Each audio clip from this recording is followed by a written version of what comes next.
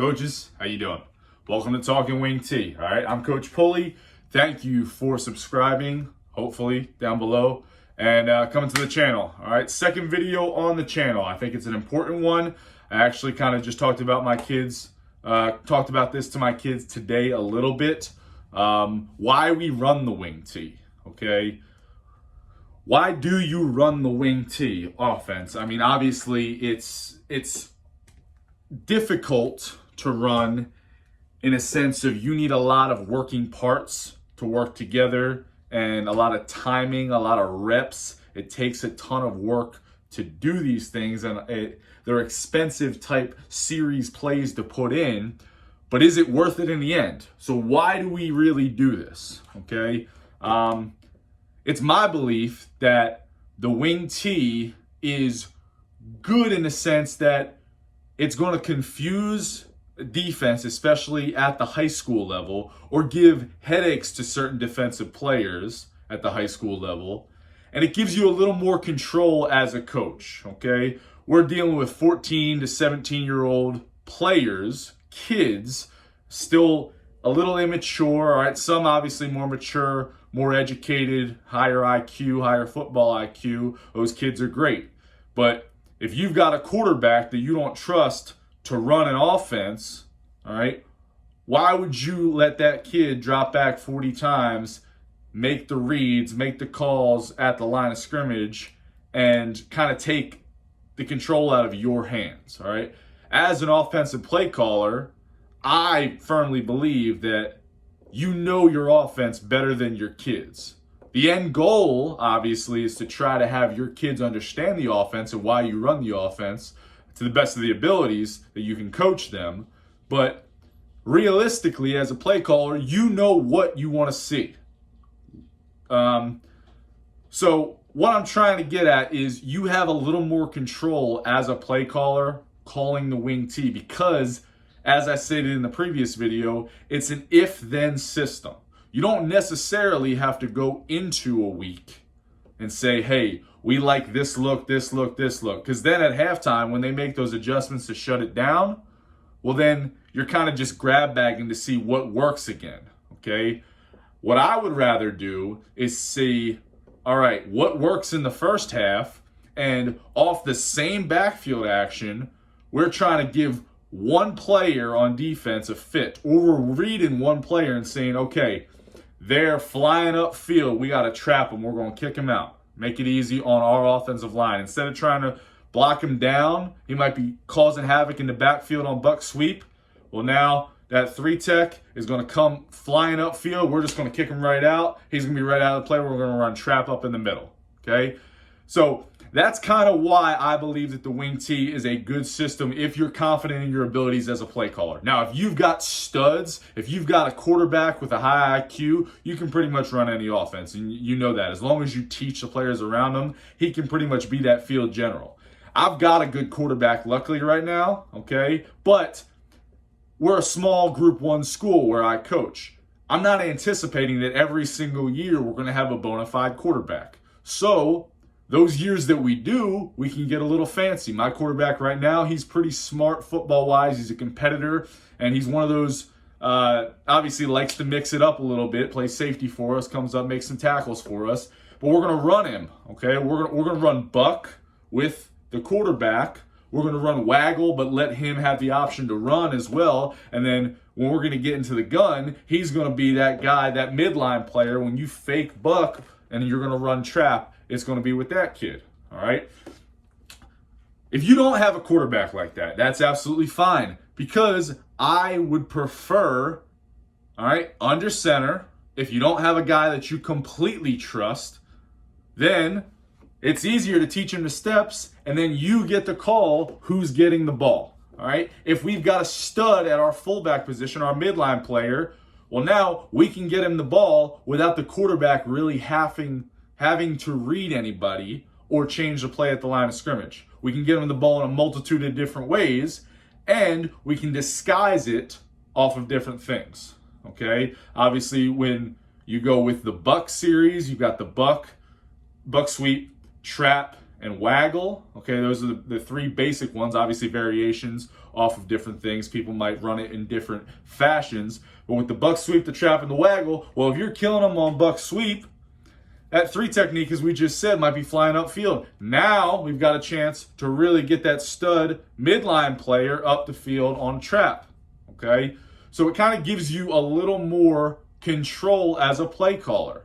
What else? All right, as we said, we're dealing with 14 to 17-year-old kids, but that means so are our opponents. All right, a 14 to 17-year-old linebacker might be an absolute stud. Okay, might be going to play at the next level, but they might cognitively not be as adept to reading the same backfield action and it going to different aiming points. All right, so I know off of the buck sweep family, we've got the buck sweep that hits off of our last down block from the wing block, wing back blocks down, tight end blocks down, tackle blocks down and gets up to the backer. All right, then we've got the kick out. We're creating that inside wall, and then we kick it out to create that outside wall, and we hit it right up in that tunnel. Well, that's one great way to attack that off wing, off tight end, outside type area. Okay, what if they're not giving you that though? What if they've got a stud 3 or a stud defensive end that's blowing it up? Now you've got the midline where you can run trap off of the same exact backfield action. And now that backer in the back of his mind, that 15, 16, 17-year-old backer is thinking, well, I've got to flow that way once I see that motion out the back, 3-step motion, because they've been killing us on buck sweep. We want him to think that. That's fantastic because now he's already over that way. We can hit it up the middle with the trap play, and he's taking himself out the play naturally. Okay? Then once we hit him with the trap a few times, he's thinking, all right, I'm either going that way or I'm coming straight up the middle because they're attacking this side once they motion it. Well, then you hit him with the waggle coming back, and now that backside route of the crossing route of the tight end is going to be wide open because those backers step up to take care of the run plays that we've just been crushing them with. Now, if you can't hit one of the outside routes, that comeback or the flat route, you've got the tight end wide open because the backers are now stepping up and stepping away from where your point of attack is now. Okay, so basically, the reason that I like to run the Wing T is because it gives you, as a play caller, multiple ways to get multiple people the ball. If you, a great coach once told me, don't worry about the X's and O's as much as the Jimmies and the Joes. Well, if I've got a Jimmy and I've got a Joe that I want to get the ball to, all right, I can scheme that. I don't have to worry about, is my quarterback going to throw this person the ball? All right, it's giving you multiple options just by play calling and setting things up with play calls. If you have a person that you know want to hit, if you got a great midline player, you want to hit a trap for a big play, you run buck sweep and you run waggle, because then they're thinking, oh my gosh, this same backfield action, they're crushing us out this side and out this side. The minute they start to go outside, we're hitting them right up the middle. All right, so you can scheme different ways. Okay. Another advantage, I believe, is what I was hitting on a little bit earlier. You don't have to, per se, go in with a perfect game plan, okay? Some coaches in some schemes, all right, I'm not bashing any schemes. I've coached in different schemes, and I appreciate all of them if you've got the right personnel. But I feel it's tougher that at halftime, you're going to make the adjustments, the defense is making the adjustments, and then you're kind of just grab bagging for what will work in the second half. You're already behind the 8 ball at that point, where if you have an if-then system like the Wing T principles, if you apply them perfectly, or at least in the right fashion as a play caller, if you're thinking ahead, then you could be setting something up just for the second half, okay? You can be crushing them on the buck sweep and then hit them on the waggle in the second half just by seeing, okay, that quarterback fakes the buck, snaps around, or he hands off the buck, snaps his head around, snaps his hips around, that safety's going, that corner's going. Well, now we know we've got that wide side wide open, okay? So it gives you a little more leeway to say, hey, I can be the one to determine where this play is going instead of a check by the quarterback, a read by the quarterback. All right, unless you've got that guy, then hey, by all means, all right, you can still apply Wing T principles and let that guy play his natural position in the way he likes to play. If you do have a guy at quarterback, great.